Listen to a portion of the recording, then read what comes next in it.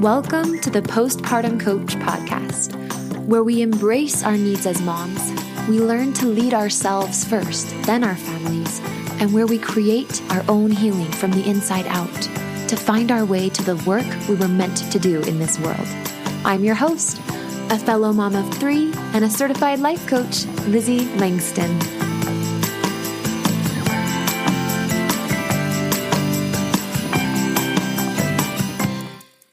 Hey everybody, Lizzie here. How are you today?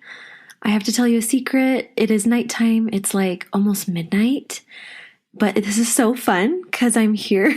I know I've said it a few times, but just in case you haven't heard my other episodes that are recent, I'm getting yoga certified right now in Utah, and it's a 10-day training, and I'm not with my kids. It's just me here or with my husband, right? So I've had so much time to record and to just think about you guys and just think about postpartum. I've been thinking a lot lately about my legacy and about, at the end of my life, when it's all said and done, who cares about the money that was made? Who cares about,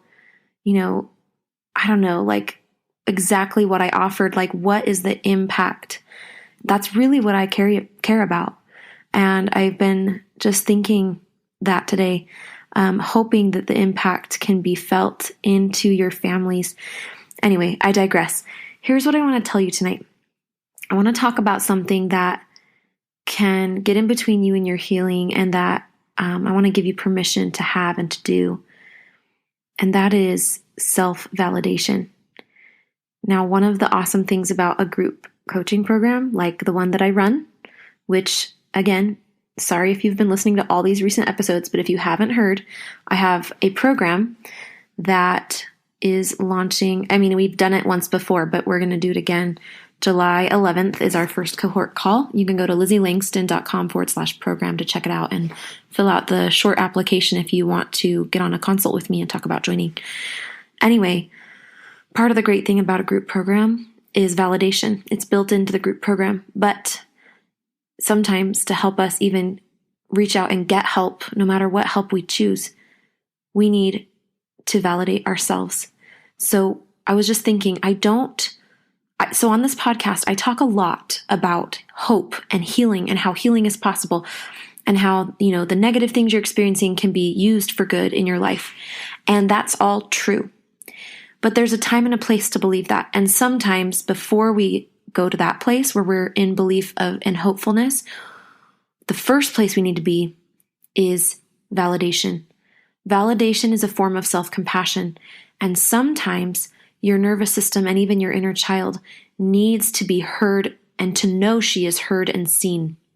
Your inner self needs to know she is heard and seen by you, sometimes before she wants to cooperate with you to improve or to, do a program or do any work to heal.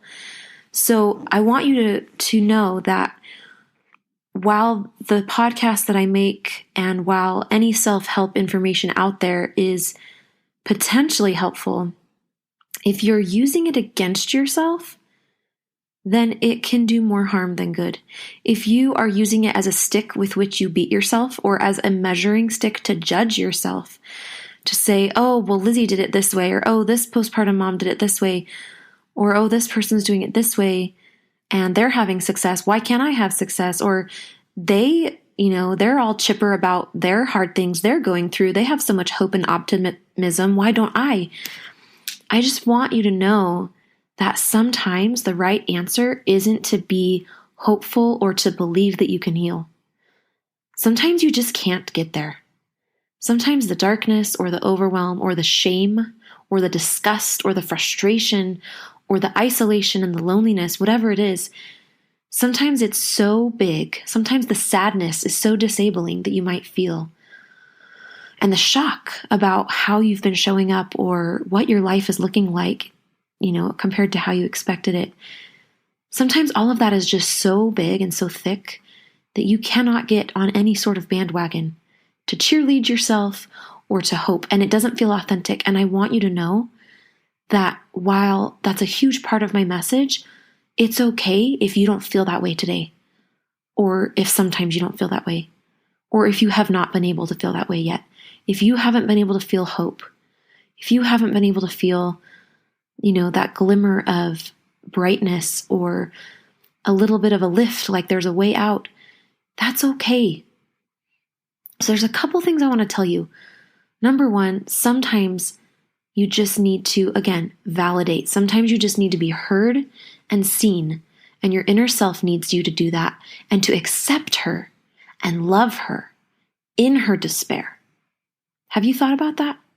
Maybe what your mental health and what your body needs before she can heal is to know that you will love her just as much when she's broken as you will when she gets out of this funk. That is the brave thing to do. That is sometimes, in many cases, I should say, it seems to be the key ingredient. It seems to be literally the key that unlocks the door to healing.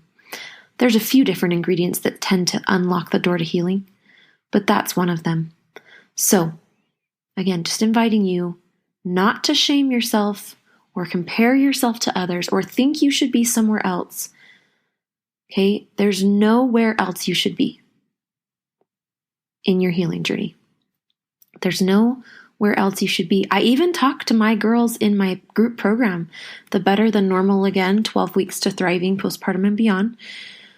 I tell them sometimes, so for example, we're talking about learning how to be calm, learning how to calm yourself when you are anything but calm, when you're anxious or you're upset, you're angry. And I tell them, guess what? Usually this is around week 8, 9, or 10 when we're pretty into the program. I'm like, by the way, now that you know how to get calm, I wanted to tell you that actually sometimes calm is not the answer. Sometimes the safest thing to do is to freak the heck out. Okay? Sometimes the most sane response to your circumstances is to be devastated or disappointed. So just know that is what it looks like to be a human. And just like I was sharing, I don't know when I've shared it because I've just been recording a bunch of episodes, but maybe I've already talked about, or maybe I will be talking about soon. My husband and I were in a huge lawsuit and we basically started over financially. We're going on almost 10 years of marriage and like, boom, we feel like newlyweds because we just got cleaned out by his company failing during the pandemic. And unfortunately a lawsuit that it wasn't anything serious. It was just people wanting money and, hurting because of the pandemic. But anyway, you would think, right? It's so tempting to look at something like a huge financial loss and to say, oh, we must have done something wrong, or that was a poor choice to invest in that thing, or, oh, you must be so wounded right now. But what I can see is that this was really my only hope for healing the money patterns of my family generations and of me.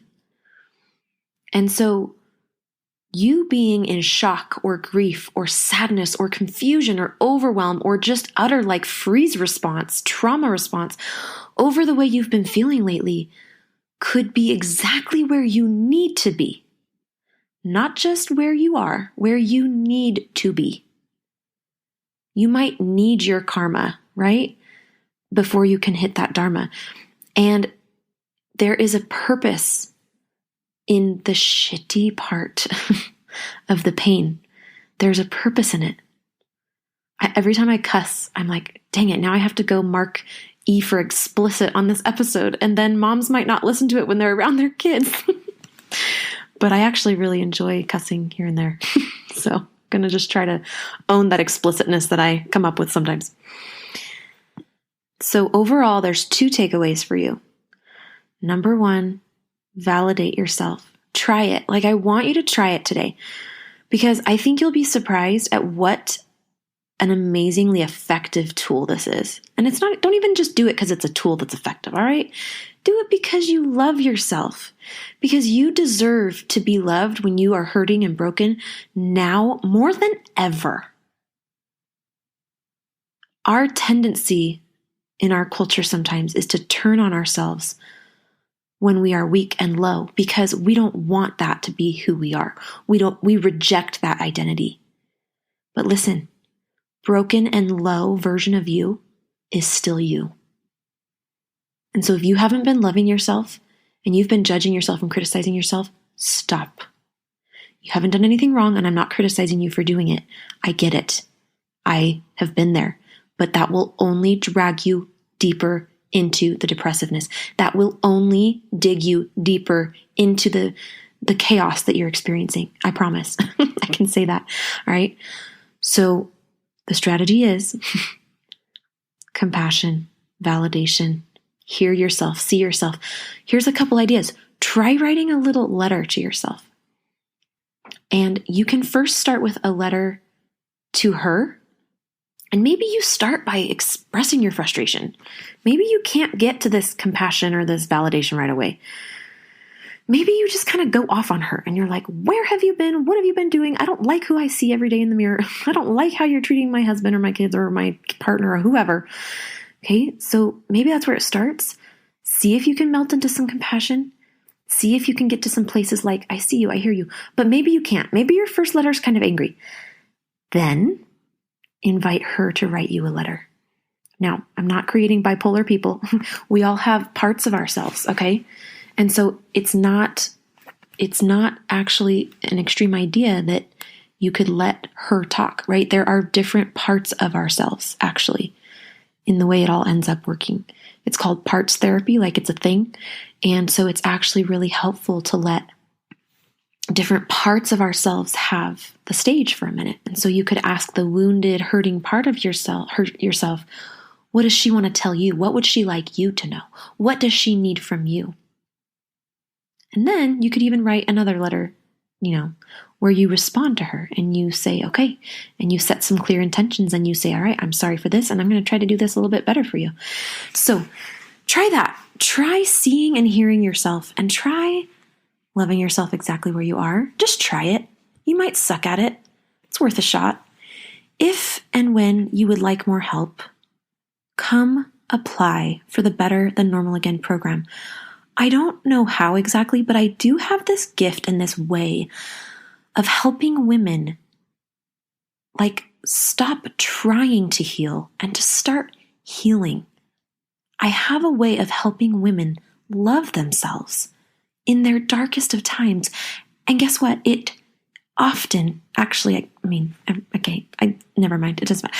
It changes people's lives, and it's happening in other people's programs, I'm sure, and things all over the world. But I just want you to know, because I've walked postpartum, real deep struggles postpartum, and even just the more superfluous struggles that just are annoying and you just wish you could flit them away.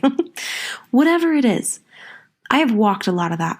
I've been through the birth trauma, depression, anxiety, therapy, antidepressants, and I can help you expedite this process.